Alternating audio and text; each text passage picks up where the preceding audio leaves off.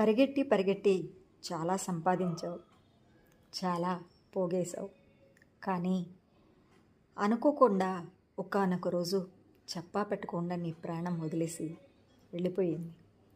నువ్వు చెప్పా పెట్టకుండా పోవటం వల్ల ఆ సంపాదన పరులు పాలయ్యింది. నీ దేహం మంటలో కాలిపోయింది. నీ ఆత్మశాంతి కలగాలి అని నీ కొడుకులు పెట్టిన పిండం కాకులు పాలైంది. తీరా నువ్వు సాధించింది ఏంటి అని అంటే అక్కడ ఏమీ లేదు, జీరో. నువ్వు ఒకటి తెలుసుకోలేకపోయావు, ఈ జీవిత కాలంలో నీతో పాటు వచ్చేవి పాపము, పుణ్యము. ఈ రెండు మాత్రమే మనిషితో పాటు చనిపోయాక వచ్చేవి. దాని గురించి ఆలోచించటానికి నీకు టైమే లేకపోయింది.